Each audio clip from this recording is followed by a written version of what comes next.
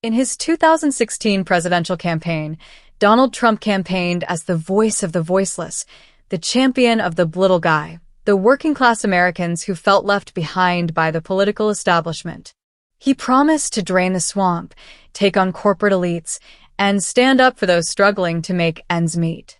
This populist message resonated with millions, particularly those from rural America, blue-collar workers, and disenfranchised voters who saw Trump as an outsider, someone who would fight for their interests against the deep-pocketed elites. However, as we look at his political trajectory and decisions, especially in his second run for office, it's hard to ignore the glaring contradiction between Trump's rhetoric and the reality of his actions. One of the most glaring signs of this betrayal is his cabinet appointments, the very individuals tasked with running the government agencies that impact millions of Americans every day. In 2024, as Trump seeks to reclaim the presidency, his cabinet appears to be made up of the very types of people he once railed against: billionaires, corporate donors, media personalities, and lobbyists. These individuals are far removed from the lives of everyday working Americans. Instead of packing his cabinet with people who understand the struggles of the average American, Trump seems to have surrounded himself with those who will most certainly serve the interests of the wealthy and powerful, those who don't know, and perhaps don't care, about the challenges of living paycheck to paycheck. This composition raises critical questions. Has Donald Trump truly delivered for the little guy, or has he simply turned his back on them in favor of a cabinet that will perpetuate the very systems that have kept wealth and power concentrated in the hands of a few? In this video, we'll dive deep into the composition of Trump's cabinet, analyzing the profiles of those he's appointed, their connections to the corporate world, and how they represent a betrayal of the working class. We will also explore the broader implications of these appointments on American politics and the future of the nation. 1. The rise of Donald Trump as a populist figure. Before we can understand the magnitude of the betrayal, it's important to revisit how Donald Trump initially rose to prominence in American politics. During his 2016 presidential run, Trump positioned himself as an anti-establishment outsider who would fight for the forgotten people, the workers, the middle class, and those left behind by global trade deals, big tech companies, and career politicians. His message was simple but effective. America needed to prioritize its own citizens, restore jobs, and limit the influence of billionaires and corporate interests on politics. Trump's promise to drain the swamp resonated deeply with voters who felt neglected by traditional political elites. His appeal to the working class was built on a narrative of bringing power back to the people. However, as we'll see, this narrative is undercut by the composition of his cabinet, which is increasingly filled with individuals who represent the very elites Trump claimed to oppose. 2. The composition of Trump's 2024 cabinet. One of the most glaring criticisms of Trump's second run is the makeup of his cabinet.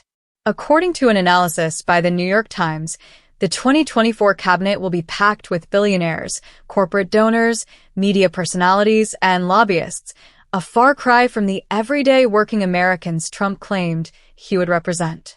Let's take a closer look at these individuals and what their backgrounds reveal.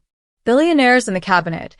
As of late 2024, Trump has appointed at least 6 billionaires to serve in key positions in his administration. These individuals include well-connected business tycoons who have spent their careers amassing immense wealth, often by exploiting the very systems that contribute to income inequality. By appointing these individuals, Trump is reinforcing the influence of the rich in politics, undermining his populist promise of helping the working class. Corporate donors and political allies. A significant portion of Trump's cabinet appointments are individuals who have been major donors to his political campaigns. In total, 8 of his picks have been major financial supporters of his campaigns, effectively rewarding wealthy backers who funded his rise to power. This kind of cronyism is far from the anti-establishment rhetoric Trump espoused in 2016. These appointments are indicative of a political system where money, not merit, dictates who holds power. Media personalities and Fox News hosts. Another concerning aspect of Trump's cabinet is the heavy influence of media personalities, particularly those aligned with Fox News.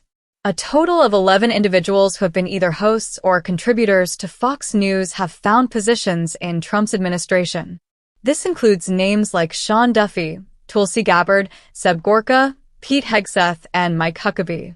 These individuals bring with them media-centric, opinion-driven perspectives rather than the policy expertise needed to govern effectively.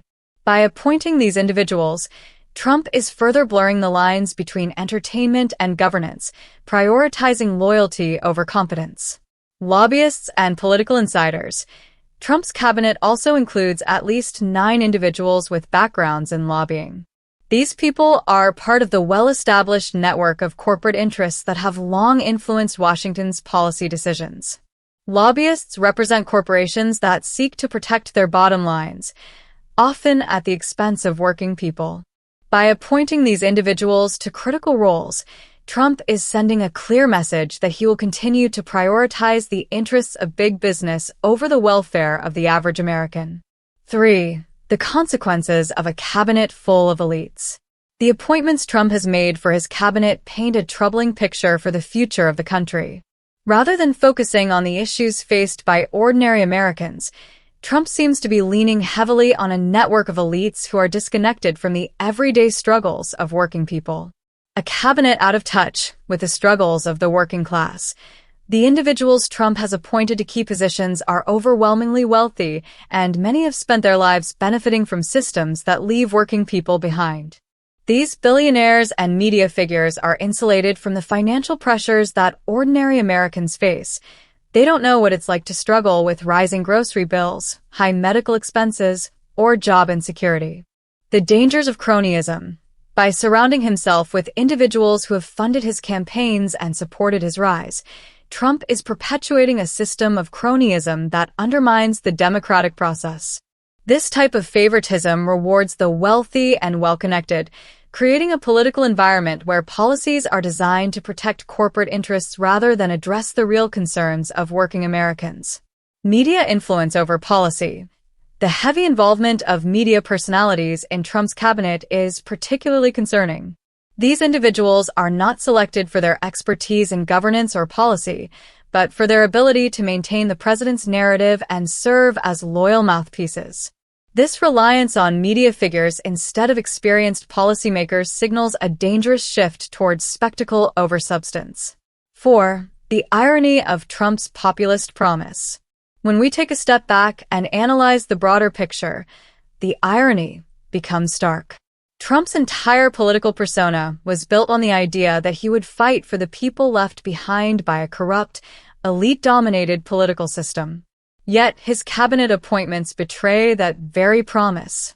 By choosing individuals who represent the interests of billionaires, media moguls, and corporate lobbyists, Trump is not challenging the status quo, he is reinforcing it.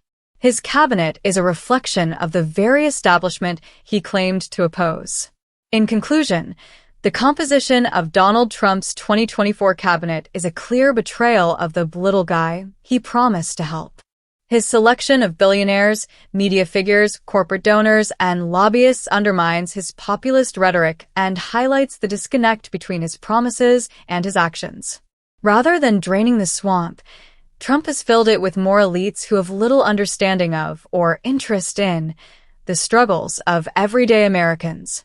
For those who still believe Trump will fight for the working class, this cabinet should serve as a wake-up call.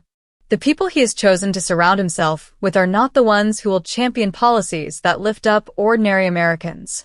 Instead, they represent the wealthy and powerful interests that continue to shape American politics in ways that benefit the few at the expense of the many. If Trump truly wanted to make America great for everyone, his choices for key cabinet positions would look very different.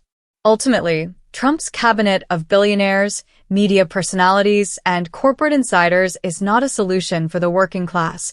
It's a continuation of the very system that has left millions struggling to make ends meet. If we want a government that truly represents the people, we need leaders who will prioritize the needs of everyday Americans over the interests of the wealthy elite. Trump's cabinet is not that solution.